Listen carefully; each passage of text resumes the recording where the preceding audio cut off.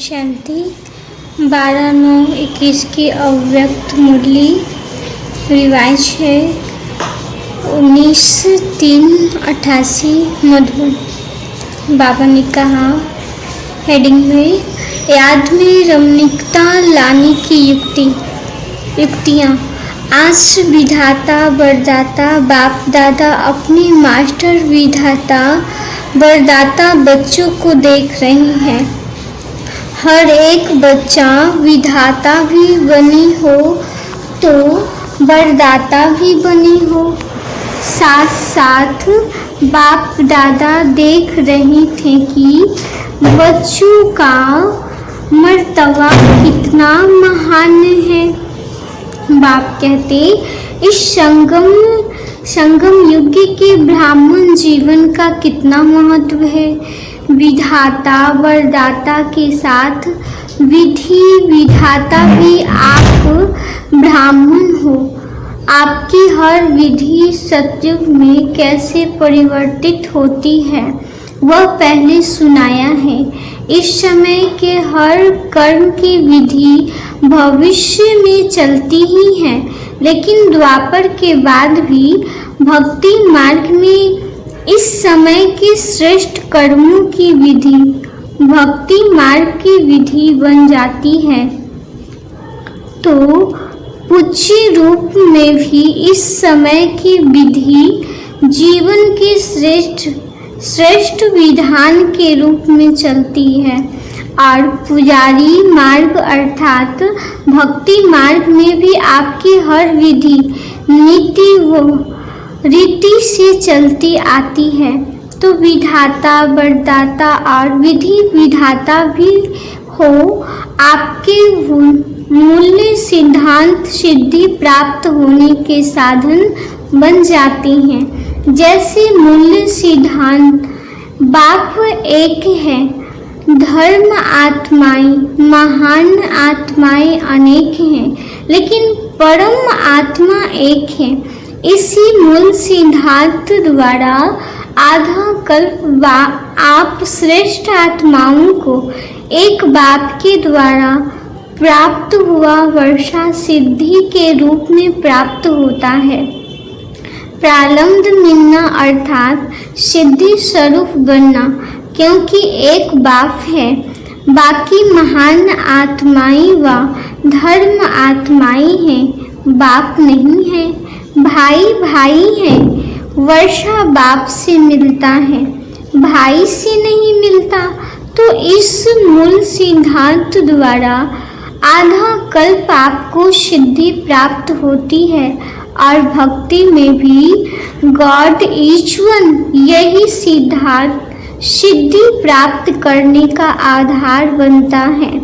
भक्ति का आदि आधार भी एक बाप के शिवलिंग रूप से आरंभ होता है, जिनको कहा जाता है अभिविचारी भक्ति।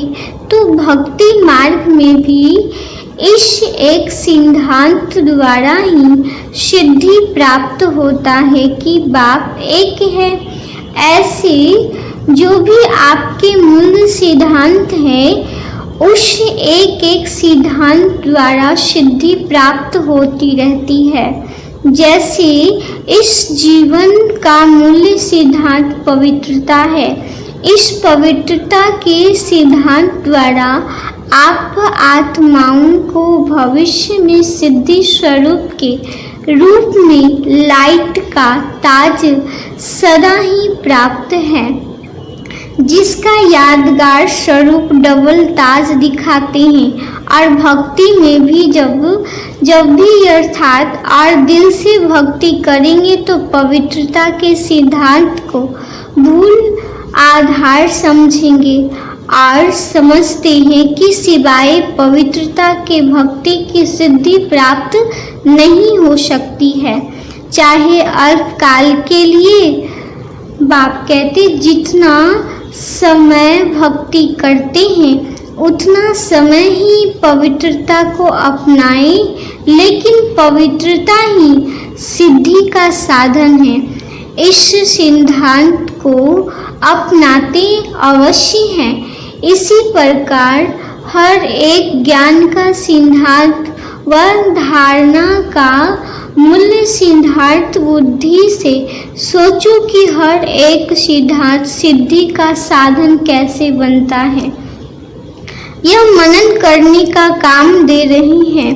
जैसे दृष्टांत सुनाई, इसी प्रकार से सोचना तो आप विधि विधाता भी बनते हो, सिद्धि दाता भी बनते हो। इसलिए आज तक भी जिन भक्तों को जो सिद्धि चाहती है वह भिन्न भिन्न देवताओं द्वारा भिन्न भिन्न सिद्धि प्राप्त करने के लिए उन्हीं देवता की पूजा करते हैं। तो सिद्धि दाता बाप द्वारा आप भी सिद्धि दाता बनते हो, ऐसा अपने को समझते हो ना। जिनको स्वयं सर्व सिद्धियां प्राप्त है वही औरों को भी सिद्धि प्राप्त कराने के निमित्त बन सकते हैं। बाप कहते सिद्धि खराब चीज नहीं है, क्योंकि आपकी रिद्धि सिद्धि नहीं है। रिद्धि सिद्धि जो होती है वह अल्पकाल के लिए प्रभावशाली होती है, लेकिन आपकी अर्थात विधि द्वारा सिद्धि है। ईश्वरीय विधि द्वारा जो सिद्धि प्राप्त होता है वह सिद्धि भी है, सिद्धि भी ईश्वरीय सिद्धि है। जैसे ईश्वर अविनाशी है तो ईश्वर विधि और सिद्धि भी अविनाशी है। रिद्धि सिद्धि दिखाने वाले स्वयं भी अल्पक्षण आत्मा है। बाप कहते उनकी सिद्धि भी अल्पकाल की है, लेकिन आपकी सिद्धि सिद्धांत की विधि द्वारा सिद्धि है। इसलिए आधा कल्प स्वयं सिद्धि स्वरूप बनते हो।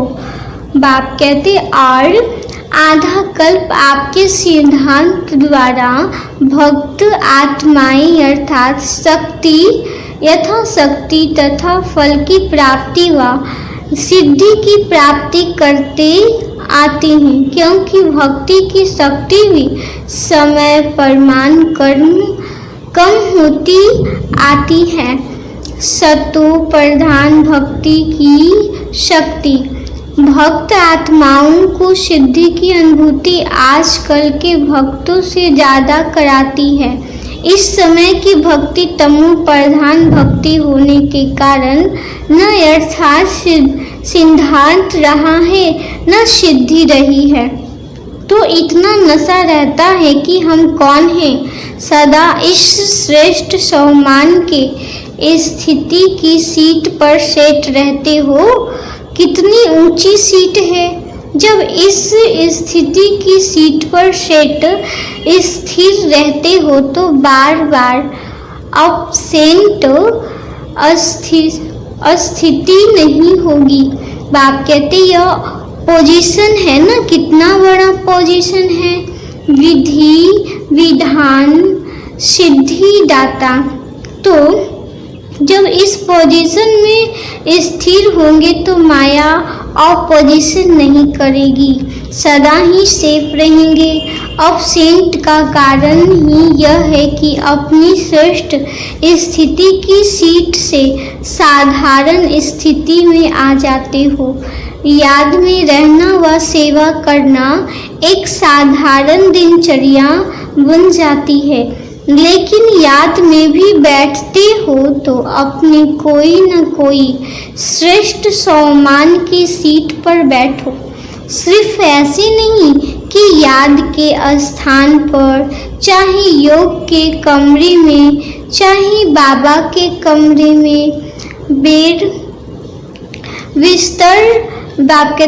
बिस्तर से उठकर बैठ गए व सारे दिन में जाकर बैठ गए, लेकिन जैसे शरीर को योग्य स्थान देते हो वैसे पहले बुद्धि को स्थिति का स्थान दो। पहले यह चेक करो कि बुद्धि को स्थान ठीक दिया। तो ईश्वर नशा सीट से स्वतः ही आ जाता। बाप कहते शरीर नशा सीट से स्वतः आ जाता। आजकल भी कुर्सी का नशा कहते हैं ना। आपको तो श्रेष्ठ स्थिति का आसन है। कभी मास्टर बीच स्वरूप की स्थिति के आसन पर सीट पर सेट हो, कभी अव्यक्त फरिश्ते की सीट पर सेट हो, कभी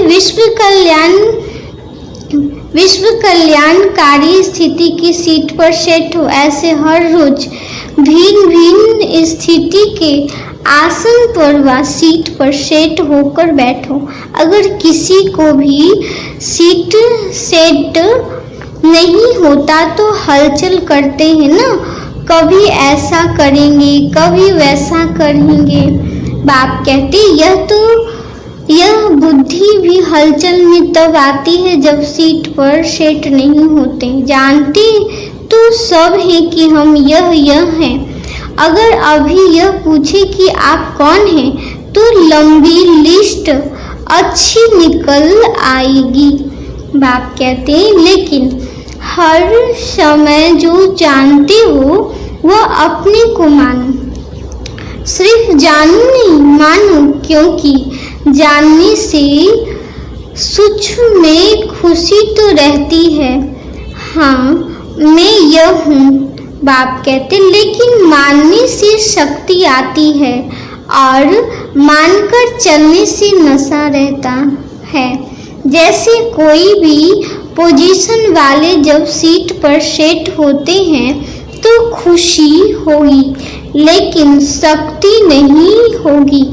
बाप कहते तो जानते हो लेकिन मानकर चलो और बार बार अपने से पूछो, चेक करो कि सीट पर सेट हूँ या साधारण स्थिति में नीचे आ गया। जो औरों को सिद्धि देने वाली है वह स्वयं हर संकल्प में हर कर्म में सिद्धि स्वरूप अवश्य होंगे। बाप कहते दाता होंगे। सिद्धि दाता कभी यह सोच नहीं सकते कि जितना पुरुषार्थ करते व मेहनत करते हैं इतनी सिद्धि दिखाई नहीं देती है।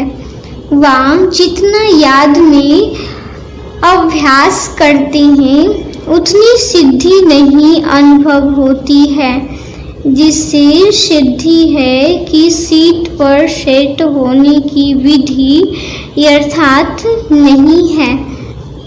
बाप कहते रमणीक ज्ञान है।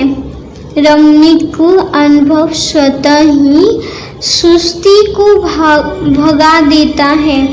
यह तो कई कहते हैं ना, वैसे नींद नहीं आएगी लेकिन योग में भी नींद अवश्य आएगी। यह क्यों होता है? ऐसी बात नहीं कि थकावट है, लेकिन रमणीक रीति से और नेचुरल रूप से बुद्धि को सीट पर सेट नहीं करते हो तो सिर्फ एक रूप से नहीं लेकिन वैरायटी रूप से सेट करो। वही चीज अगर वैरायटी रूप से परिवर्तन कर यूज करते हैं तो दिल खुश होती है।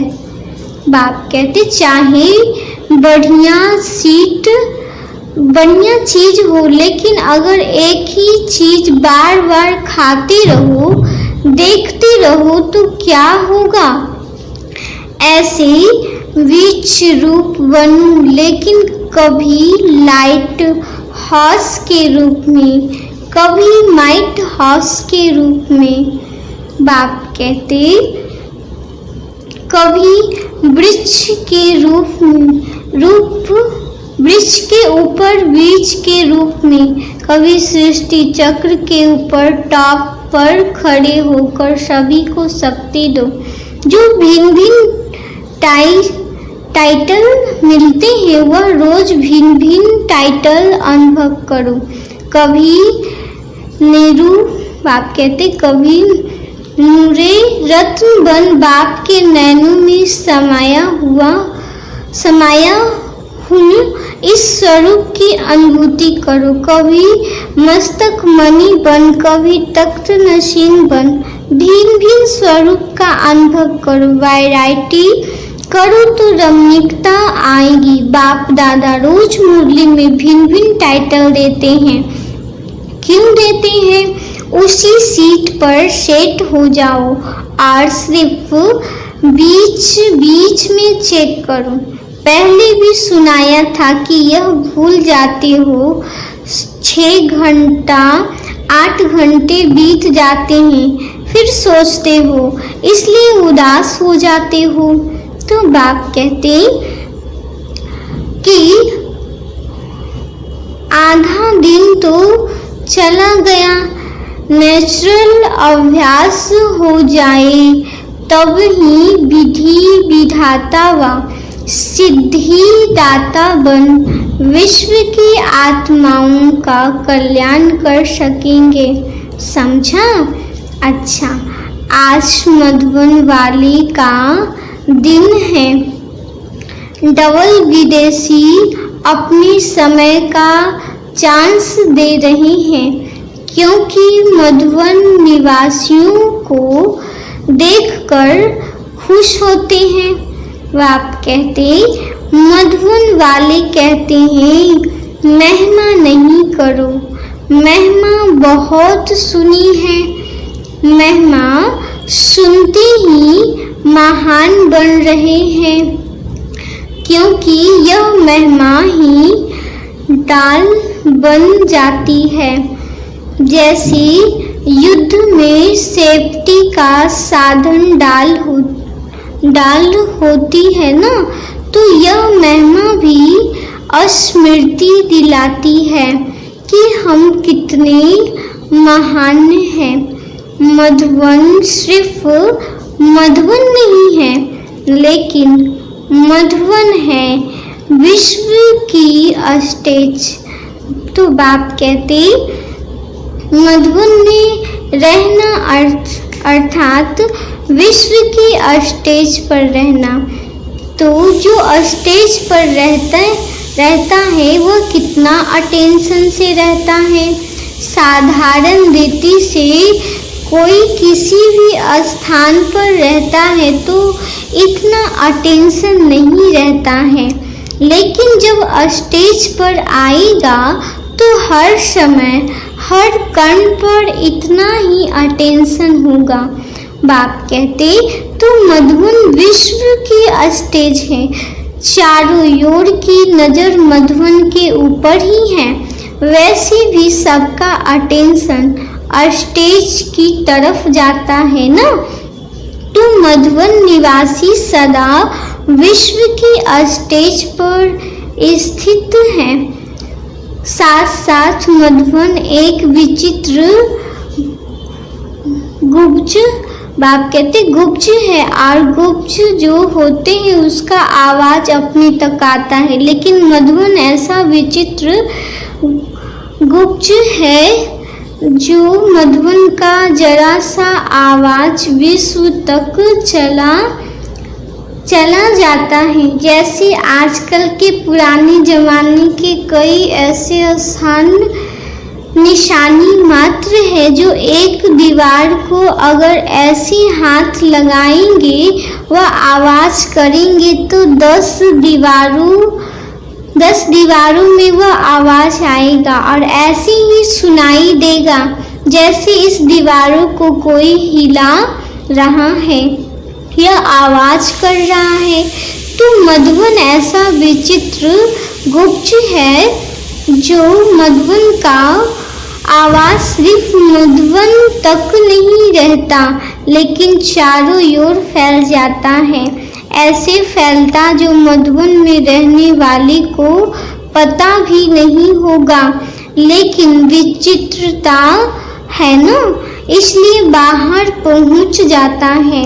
इसलिए ऐसे नहीं समझो कि यहाँ देखा या यहाँ बोला, लेकिन विश्व तक आवाज हवा की रफ्तार से पहुंच जाता है।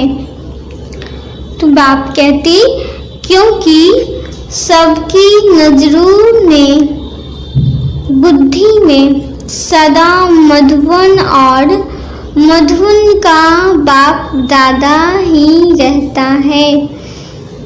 तो जब मधुबन का बाप नजरों में रहता है तो मधुबन भी आएगा ना। मधुबन का बाबा है तो मधुबन तो आएगा ना। और मधुबन में सिर्फ बाबा तो नहीं है, बच्चे भी हैं। तो बाप कहते तो मधुबन वासी स्वतः ही सबकी नजरों में आ जाते हैं। कोई भी ब्राह्मण से पूछो, चाहे कितना भी दूर रहता हो, लेकिन क्या याद रहता है मधुबन। बाप कहते और मधुबन का बाबा तो इतना महत्व है मधुबन वासियों का, समझा। अच्छा, चारों ओर के सर्व सेवा के उमंग उत्साह में रहने वाले सदा एक बाप के स्नेह में समाये हुए, सदा हर कर्म में श्रेष्ठ विधि द्वारा सिद्धि को अनुभव करने वाले, सदा स्वयं को विश्व के कल्याणकारी अनुभव कर हर संकल्प से बोल से श्रेष्ठ कल्याण की भावना और श्रेष्ठ कामना से सेवा में बिजी रहने वाले ऐसे बाप समान सदा अथक सेवाधारी बच्चों को बाप दादा का याद प्यार और नमस्ते। तो ऐसे विश्व कल्याणकारी बनाने वाले प्राण प्यारे बाप दादा को याद प्यार और गुड मॉर्निंग और नमस्ते नमस्ते नमस्ते। अच्छा, अब बाबा की पर्सनल मुलाकात है। बाबा ने फर्स्ट पॉइंट में कहा स्वयं को कर्मयोगी श्रेष्ठ आत्मा अनुभव करते हो। कर्मयोगी आत्मा सदा कर्म का प्रत्यक्ष फल स्वतः ही अनुभव करती है। प्रत्यक्ष फल खुशी और शक्ति। तो कर्मयोगी आत्मा अर्थात प्रत्यक्ष फल खुशी और शक्ति अनुभव करने वाली बाप सदा बच्चों को प्रत्यक्ष फल प्राप्त कराने वाले हैं। अभी अभी कर्म किया, कर्म करते खुशी और शक्ति का अनुभव किया, तो ऐसी कर्म योगी आत्मा हूँ। इसी स्मृति से आगे बढ़ते चलो। अच्छा, दूसरी पॉइंट बाबा कहते बेहद की सेवा करने से बेहद की खुशी का स्वतः ही अनुभव होता है ना। बेहद का बाप बेहद का अधिकारी बनाते, बेहद का सेवा फल बेहद का राज्य भाग्य स्वतः ही प्राप्त होता है। जब बेहद की स्थिति में स्थित होकर सेवा करते हो तो जिन आत्माओं के निमित्त बनते हो उनकी दुआएं स्वतः आत्मा में शक्ति और खुशी की अनुभूति कराती है। बाप कहते एक स्थान पर बैठे हुए बेहद का सेवा का फल मिल रहा है। इस बेहद के नशे से बेहद का खाता जमा करते आगे बढ़ते चलो। अच्छा, वरदान है बाप ने कहा सेकेंड में देह रूपी चोले से न्यारा बन, कर्म भोग पर विजय प्राप्त करने वाले सर्वशक्ति संपन्न भव।